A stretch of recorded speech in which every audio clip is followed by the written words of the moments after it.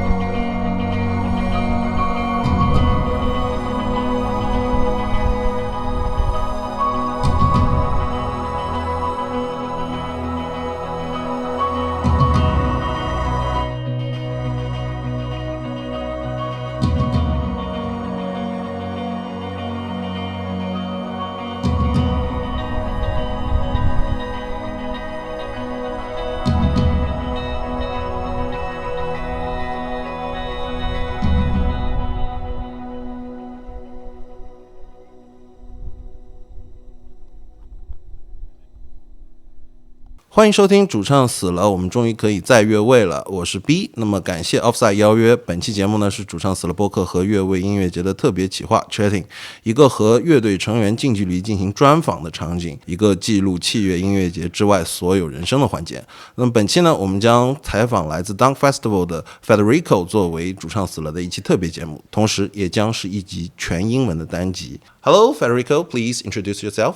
Hi Offside, this is Federico.It's a pleasure being here. Thank you for having me. OK， 那么下面进入我们的主题讨论环节。Welcome to China and Offside, Federico. Glad to meet you. How long have you been joining the Dunk team, and what position you currently host? Hi, Forrest. A pleasure meeting you.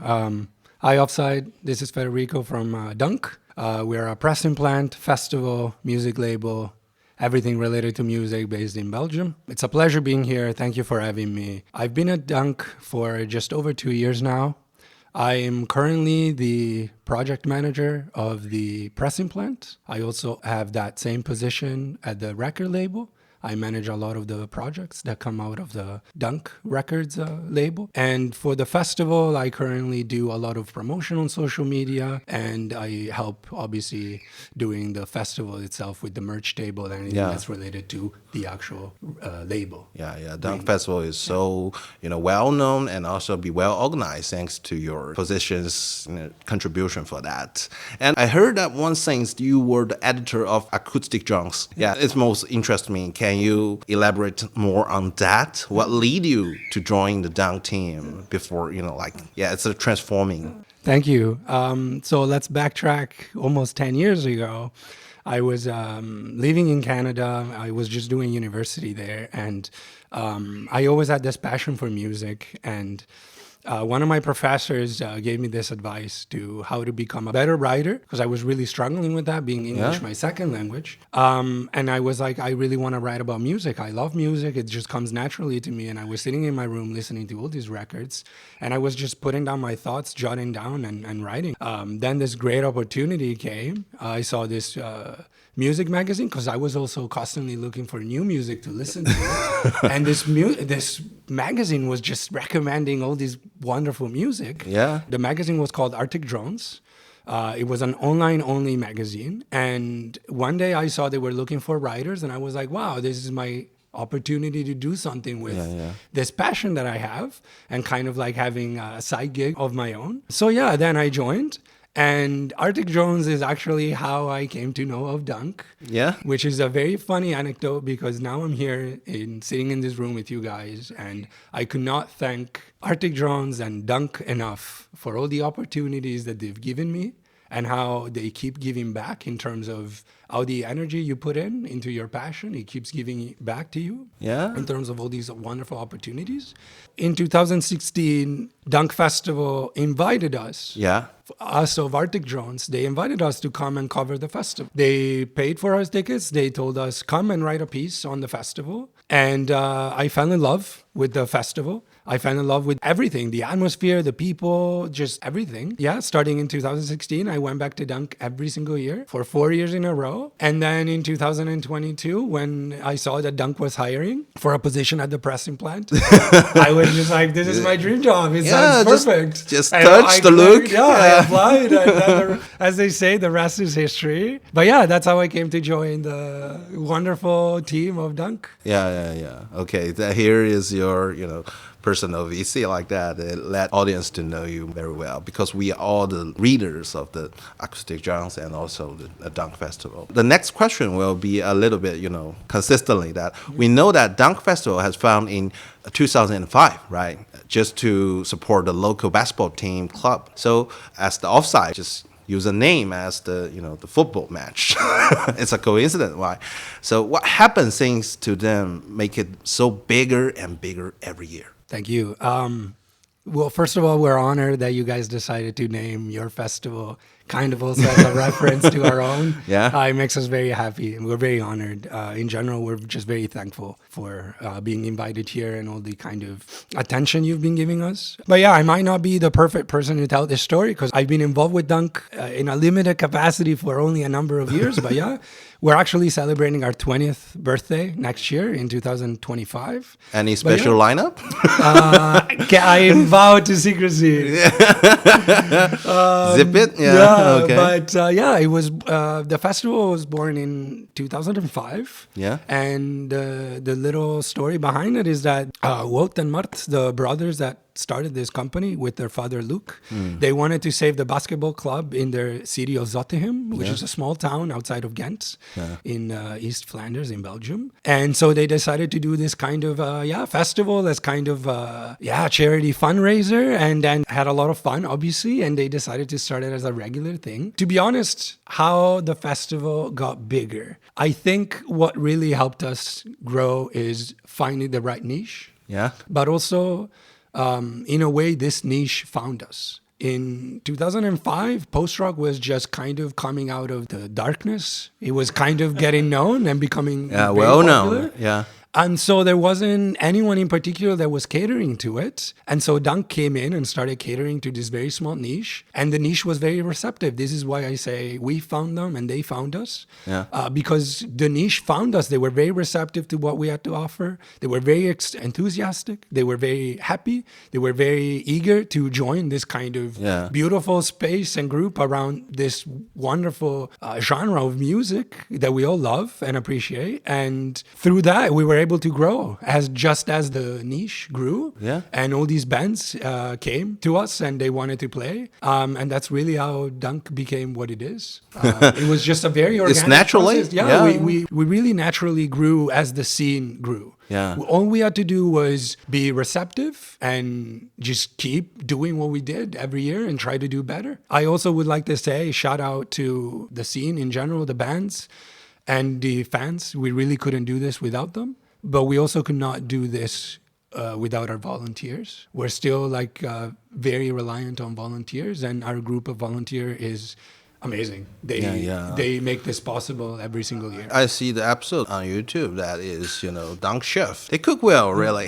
Thank you. Yeah. So another question is linked to, like the Dunk and It's Get Better is why choose post-rock at first? As your lineup in 2007 and 2008, many famous post-rock bands currently is coming to the Dunk right now. Any story behind it? Actually, I asked Luke this question in preparation for the interview because he started this festival. It's and, not my duty, right? Yeah, but no, he literally told me 20 years ago I didn't even know what post-rock was.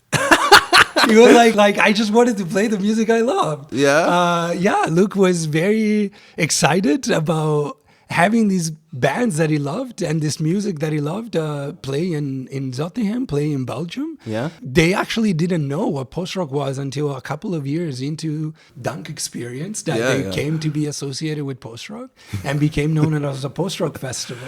But no, to answer your question, I think backtracking to what I just said earlier, it was the right time to be in this space because perfect timing. Perfect timing. I'm also tying it to my my own personal life outside of Dunk. We're talking about early 2000s. Yeah.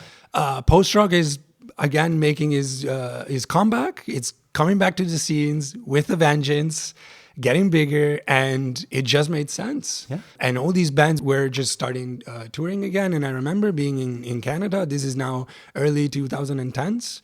I was living in Toronto, and I think it was 2012. Don't quote me on it, but Godspeed You, Black Emperor came back on the scene. They burst back on the scene. I got the tattoo on my back. with a new record after 10 years of hiatus. And here they were. And I was like, what is this? I've never heard something like this before. And to me, it was groundbreaking. To me, it just blew my mind, and I became an instant fan. And it was like the place to be. It was like, I really felt like I found a space to belong. Yeah. I was in my early 20s in a new country, and this thing came. And it took me by storm. So I just fell in love with it. And so I think a lot of people on the Dunk team share this kind of experience one way or another. But really, in terms of how we chose post-rock, I think I like to say that post-rock chose us. To the look, and you found your right place. Cheers, and to you, and to Offside. Thank you, guys. And the next question will be a little bit tough. Because we all know that besides the post-rock genre, you got, like the Godspeed, you got some drums for their, related band, and also ambient and all kinds of instrumental, experimental stuff in Dunk nowadays.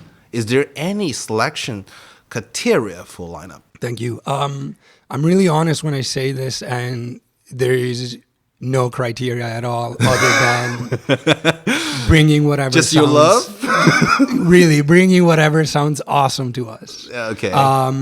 We are all over music. We have a pressing plant, we have a record label, we have studio spaces. Yeah. We're also involved with the local community, but we're exposed to so much music that really the only challenging thing is finding enough space to bring all of this. Oh, I know. It's the value stuff. Right. Yeah. But in terms of a selection criteria, really is everything that sounds awesome. We also try to obviously bring things that we think the audience is going to be interested in or receptive to.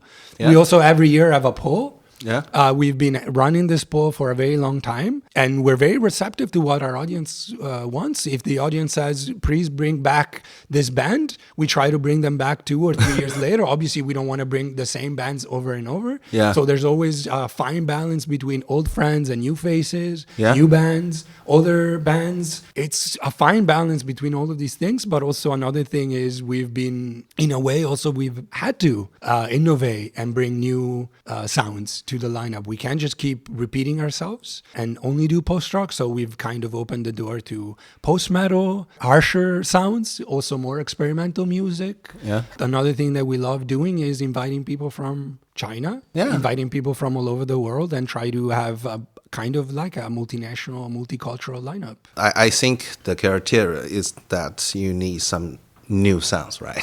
Absolutely. Yeah. So the next question will be, easier for you. What is the biggest difficulty for you to run such a large festival focused on instrumental rock? Well, all jokes aside, I think the biggest difficulty is finding bigger and bigger and better headliners every year. I mean, you kind of start running out of options, like we've had Gods and Astronaut, we've had Caspian, we've had Mono, we've had The Ocean. Like, we're really running out of options. Yeah. It's really difficult to find who are we going to have? Like, eventually you really run out of options. But no, I think in recent years, there's been, on the one hand, we're very happy to see that there's a lot of ferment and a lot of life since COVID. There's been a lot more festivals. Yeah, we're very happy to see this, but at the same time, it's competition. It's been getting more difficult to find the right balance between an exciting lineup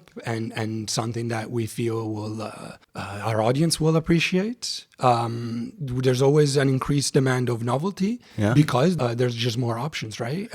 Someone now has to pick between what festival they want to attend. Yeah. It's no more just the 2 or the 3 big names. There's many more festivals. Yeah. Also, the other thing is it's becoming more expensive. It's hard. Yeah, it's hard. Just with everything, it's become more expensive. And also, we rely on volunteers. So it's hard to kind of expect the same group of people to always come back and dedicate a lot of time out of their lives to take. So there's always challenges related to promotion, to funding, to just putting the festival together. But just with any challenges also comes opportunities. Yeah. So it's been wonderful to see how the festival can innovate, how the festival can change. We recently, for example, changed venue. Yeah. We went from hosting the festival in a forest in Zottegem to doing in the center of Ghent. You change to the forest to the theater is for more audience, or it's a combination of many things actually. It's first of all a lot easier to organize. Yeah, we're now rely on the wonderful team of 404. Yeah, which is a cultural association based in Ghent, which owns the building where when the festival is you can control the hosted, weather, right? We can control the weather. Thank you. Exactly. But we also have them helping us. They provide a lot of logistical help. Yeah, and also equipment. Equipment and we're able to host more bands. Yeah, like I said, it's just a natural, organic way to grow. Yeah, we had to grow somehow, and being able to host more people, host more bands, offer an even wider lineup, an even bigger lineup, bigger names. So like I said, with every challenge is an opportunity. So all you need to do is try to see the bright side, the positive side of the challenge, and really do the best you can to overcome it. And I think we've been pretty successful so far with false modesty. It's been challenging, but we know what we do. We're very passionate, and we honestly just really enjoy what we do. Yeah, many of my friends come back from the Dunk, says it's fabulous this year. Thank you. In the theater. Yeah, and for Dunk this year, you got attention, right? Yeah, from another province in China. It used to be some Chinese famous band like Wang and Zhao Ze have been on the Dunk before. So how do you think of their performance? First of all, advanced apologies every time I try to pronounce anything in Chinese. I completely butcher your beautiful language. No, they're all my friends. You just But it's also hard to stay objective because Wang are absolutely one of my favorite bands ever. Yeah. And I was lucky enough to be able to interview them Yeah. as part of the festival program. Yeah. And it was kind of hard to stay in role and just be like, okay, be professional because I'm interviewing these people and they're legends to me. Their music is just so gorgeous. I have no way to describe this as it's just amazing. And on the one hand, it's just amazing to be able to bring people from all these corners of the world and being able to give them a stage to really showcase their talent, their skill, amazing music, and to kind of express their voice. And on the other hand is also something that we want to continue offering. So in terms of how these, what I think of the Chinese bands that we've been lucky enough to have on the festival, they're all wonderful individuals. They're all wonderful bands. Yeah. They're very nice people. And they come and they really put on a show for us because it's very difficult to come in Europe and tour in Europe. So whenever they get the chance, they really give it their all. And we're so thankful for the wonderful energy they bring on stage. Taishan was so unique. And we were very touched by this. They even gave us one of their drums as a gift. Do you know the story? They just buy it in Europe and then traveling to Europe and send it to you. Yeah. And they signed it and they gave it to us as a thank you gift for having them. So they actually thanked us for having them. It should be the other way around. We are the ones who are thankful for all the bands that come and give us these just wonderful memories, and they take care of our audience for us. Well, Wang, they've also been around for many, many years. They're more known to also the European audience, so people, I feel, know a little more what to expect, which is total awesomeness. And Xiaoxia, they even recorded the show they played the in Dunk chorus. live recordings. The live recording, and it's on vinyl, and people love it. A lot of people did not know the band, and they came through to know the band through that vinyl release. Yeah. But like I said, there's something special about every single one of these bands. Because now moving outside of China, every year we try to bring bands from around the world. We've had bands from Indonesia. We've had bands from Latin America. Yeah. Luke is very adamant about having bands from Latin America. Yeah. We want to bring people from across the world to really give their own unique take on this beautiful genre of music we all love and really express their own unique voice. There's something special about writing post-rock in China. There's something unique about writing post-rock in Chile, in Argentina, in Indonesia, in Africa. If we could have a band from Africa, we'd love to have that. In general, it's something we want to continue doing. Bring more international bands, give them a voice, give them a stage. Yeah. Thanks for the Dunk doing all the Thank you, guys. post-rock things. To Wang. To Wang. And Taishan. Yeah, and Xiaoxia. And all the wonderful people. Yeah. And next question is that related to the Dunk in the Belgium is, have you ever met Chinese music fans in Belgium who mention the phenomenon of post-rock fever in China as we sit in the offside here right now? Meet any audience during your visit to China? So what kind of impression do you have often? Yeah, well, two things. Just this past May when we had Wang and Taishan, I was very surprised to see these Chinese people who came to the festival just to see Wang and Taishan. Yeah. They were mostly, I actually talked to them. Like I said, I was curious to know why they were here. Yeah. What was their story? And most of them were actually international students. Yeah. They came from China to Europe to study in some of our universities. And they came to the festival, and I was honestly humbled to see people traveling from the Netherlands, from France, even from further, from Germany, from Austria, to be here and show love and support for, their home bands. Yeah. It's wonderful. And these people have told me that, post-rock is becoming very popular in China. I couldn't be happier. We definitely need a wider audience. We definitely need a more international crowd. Here in China, I've only been here for 2 days. The Offside team has taken really good care of me. I have not really had the opportunity to speak to a lot of people. Unfortunately, the weather has been keeping me inside. For people that are going to listen to this podcast after it's released, if been pouring rain for 2 days. We got a typhoon alert, so we've had to cancel the first day. So for people who know, this is just for context and reference. Because we recorded in the first day as the offside like that. And it's raining inside. It's actually raining right now. So we've had to kind of... we are so excited to meet. Haven't met before, right? In general, I as a person, very curious to meet people, ask their story, hear about what they have to say. I've lived in 3 different countries in 2 different continents. So I think everyone has got a story to tell. You just have to be able to listen to it and maybe give them the space to tell their story. But no, we definitely need more of you guys. We definitely need more China on the music stage for sure. Yeah. Yesterday and before the typhoon, we got some, soundtrack. Have you tried to soundtrack that one? And what's your, opinion about, the stage effect about that? No, from what I've been able to see, and again, it's very little. All I can see is from either what I see when I drive with the car or from my room. But I'm very impressed.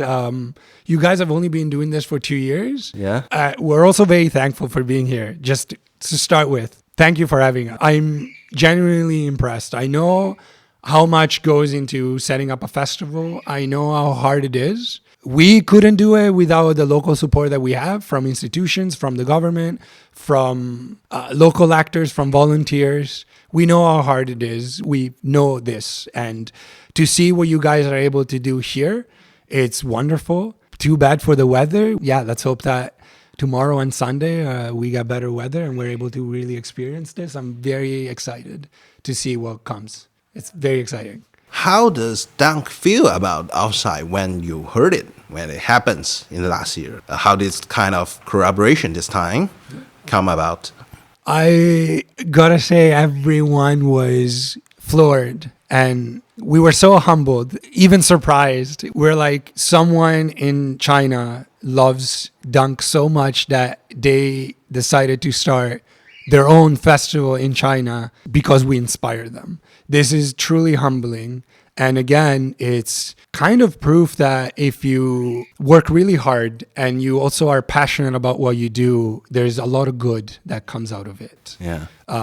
With anything, of course, you need to be able to make, it's a festival. We obviously need to make money. We have a budget. Yeah. We need to be careful with our budget and stuff like that. But really, it's more than just that. It's passion for music, is passion about bringing people together, about, again, giving all these different voices a stage to tell their story. So this collaboration is really a continuation of that, except it's in a different continent. It's miles and miles away. And it's wonderful. I heard that the outside sea, we share the same lineway in the earth. We got to share the same, line. Yeah, if you draw a line, except it's like almost 9,000 miles. Whatever, 9,000 kilometers, I don't know, whatever. But I've got to say, the scenery here is much more, it's just stunning. Yeah, stunning. For the people who will listen to this podcast that won't see it, we're sitting in a room surrounded by Maybe plants. I will take a picture of that. And we've got the ocean on one side and the mountains on the other side. This is truly a gorgeous, stunning, breathtaking view and sight. Yeah. How this collaboration came through, you guys came to us. I'm just, again, humbled. You guys came to us. You even named your festival after us in a way. Yeah, we're just very excited that someone in China decided to start their own festival and model it after Dunk. We can't wait to see where this goes. Yeah. And we can't wait to see what the future holds for Offside Festival and how you guys are going to grow and teach us maybe how to do things differently, how to do things in your own way, and really just see what comes out of Offside in China. It's wonderful. Let's to see them tomorrow, I think. Yeah. Let's drink. To Offside. To Offside, yeah. Next question will be a little bit tough as the question 5. I heard from some source that Dunk's US project is not going so well because you have a US version in 2017. I remember that. How do you view the difference between the US market, the Europe market, and also the Chinese market for the post-rock fans? Yeah, that's a big question. So let's go in order. The Dunk USA was a bit of it was an experiment we tried. We felt that there was the need for a festival in the US, the same way there was a need for a festival in the EU many years prior. I wouldn't say it's not going well. It's just something we tried and we learned a lot from. So what did you learn? What did we learn? I was going to say that it's very difficult to organize a festival without local support and without connections. The reason we're able to do this every year in Belgium and deliver something unique to our audience is because we are from Belgium. We have local connections. We know the lay of the land. We know how things work in Belgium. This was not the case in the US. So it was a lot more difficult to just get it started, to get it moving, to get it done. We didn't have connections. It was hard to access funding, especially to get money. It was hard to get visas. It was hard to just get there. I was not involved at the time. So this is, again, I'm passing on information. But I know it was just very difficult. And the lack of local support is what made it particularly challenging. But again, we'd love to bring this again to the US. Now they have post-festival, which is great. They're able to cater to that niche. But we'd love to be involved again in the future and bring Dunk in any way, shape, or form to the US. Now to answer your second part of the question, I think it's always difficult to kind of, if something works in one place, it doesn't mean it will work in another place because there's regional differences, there's cultural differences, but there's logistical differences everywhere you go. In one place, it might be easier to access local funding. In one place, it might be easier to get actual resources. So the gear you need, the equipment you need, the people you need. Sometimes it's just hard to get the people to show up, to get access to the crowd and the audience. So I think on the one hand, you have an increased demand.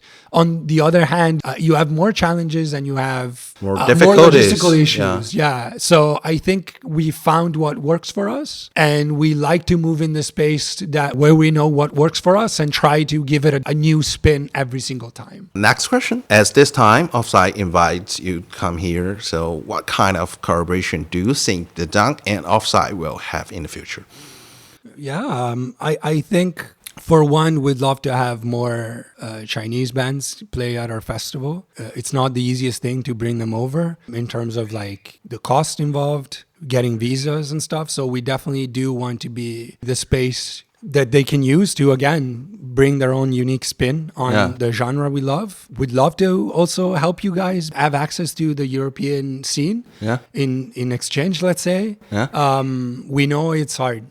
And we know what goes into starting a festival. So let's say it's kind of like an older brother. We're here to help, to give a bit of our own expertise, to share our know-how. But we also know that everyone does things differently. It's really a matter of like sharing stories and sharing opinions and sharing experiences. That's the beautiful part about music. Everyone can kind of do their own thing and express their own voice in a unique way. In terms of how we can collaborate in the future is all up to us to decide. But definitely being able to give more of a space and more of a voice to Chinese bands will be a wonderful place to start.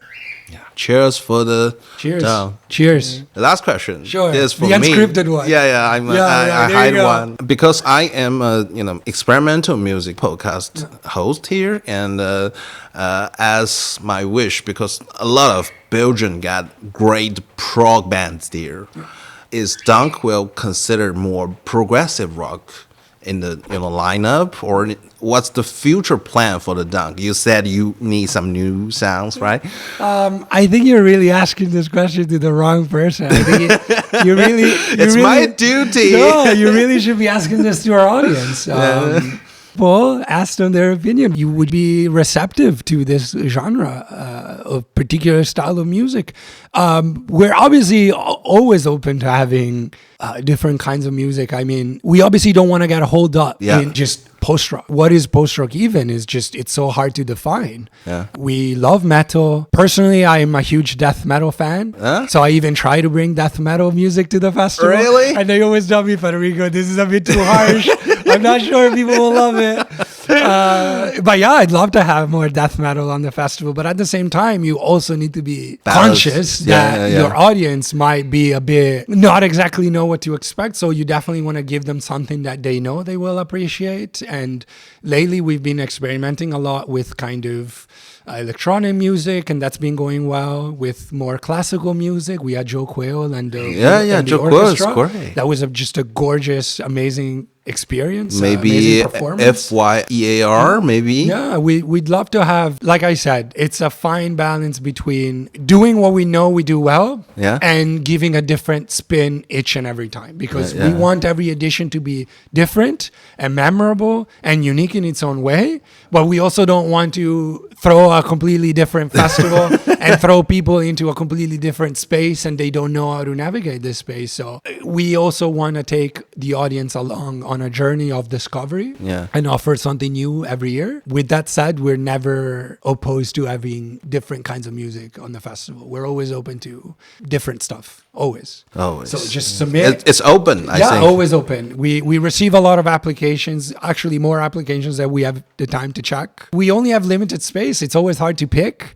And it's always hard to know where to go, you know? It's very difficult. And for next year, it's our 20th edition. Yeah. We want to do things, a little bit different. Things big. Yeah, we want to do things. We're actually going to have a few pre-festival shows, exclusive shows. Yeah. We're going to host Godspeed You, Black Emperor. Yeah. We're very excited. It's our first time finally hosting them. It's been a dream in the making. We're also going to host a special show by the ocean and a few others in preparation. So these will get the celebration started. And they're kind of like a pre-show to get people excited. And then we're going to have 3 days of total awesomeness. That's one thing we're going to do a bit differently. We're going to have all these pre-shows that will lead to the festival. To Dunk, it's 20 years. Thank you. Yeah. Here is the end of the same discussion. Healthier and more productive. A pig in a cage on antibiotics. Next section is the album recommendation. Here is Federico with us. PR manager of the Dunk will have some recommendation from him. And please, for our audience. Well, I'm obviously biased, but I'd like to recommend this beautiful piece of art by the band Terrestre. They're a new band from Madrid, Spain. Spain. The album is called Mare, which is a demon in German folklore, sea demon. But this is the first album I put out as the manager of Dunk Records. So I'm particularly attached to this album. I'm very proud of it. It's something that I could not wait to share with people, with the world. Yeah, it's a beautiful piece of instrumental music. I would say it's like post-rock with chunkier, heavier riffs. The bass is very dominant. It's kind of reminiscent of Russian circles. That's kind of like the kind of sound they're going for. It's very ominous, dark, but also strangely hopeful. I really invite you to check it out. I also obviously invite you to check what Dunk Record does in general. We're very thankful if you take the time and listen to some of the music we have. This record is for you guys, by the way. Thank you for having us. So then maybe later we can open it and see the beautiful record inside. The second band I'd like to recommend is an Italian band, because I'm originally from Italy. And this is kind of like the very first post-rock band that came out of Italy. The band is called Giardini di Miro, which means like Miro, the famous Spanish sculpture. Miro Gardens. And they've kind of really, in their own right, they've did what everyone is doing now 20 years ago. So they were way ahead of their game, way ahead of everyone else, and they didn't really get the recognition they deserved. So anytime I get the chance to recommend a band, really it's them, because they really deserve the recognition. It's our audience honors to hear that. And I would really recommend their very first album, which is called The Rise and Fall of Academic Drifting. It's a beautiful album. It's got actually spoken word. It's got elements of classical music, of jazz, some electronic elements. It is a beautiful, gorgeous piece of post-rock, and I really invite you to check it out. And then earlier, like I said, I'm a huge death metal fan. So of course, I would need to obviously recommend some like harsher music. And I could not recommend you guys more the band Ad Nauseam. They're a dissonant death metal band. They've got a lot of like crazier riffing and crazy time signature, and they switch between time signatures. Very, very fun. And then also the band Nightmare. So it's like Nightmare with that R at the end. They're a band that's very dear to me. I know some of them, they're great people. And they also play this kind of like harsher, dissonant death metal with a lot of like tempo switches. Yeah. It's very rough, but it's just gorgeous. Amazing. So please check it out. Yeah, thanks. Thanks, Federico, for our audience. Thank you. Thank you guys.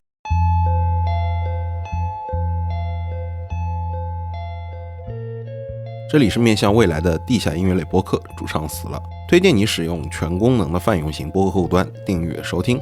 如果有任何想说的，欢迎 email、公众号私信或在网易云音乐评论留言，也可以访问节目主页找到进群的入口。如果你喜欢内容想支持一下，也可以转发同好的朋友或者打赏。以上所有的链接都可以在主页主唱死了点 xyz 主唱死了的中文全拼中找到。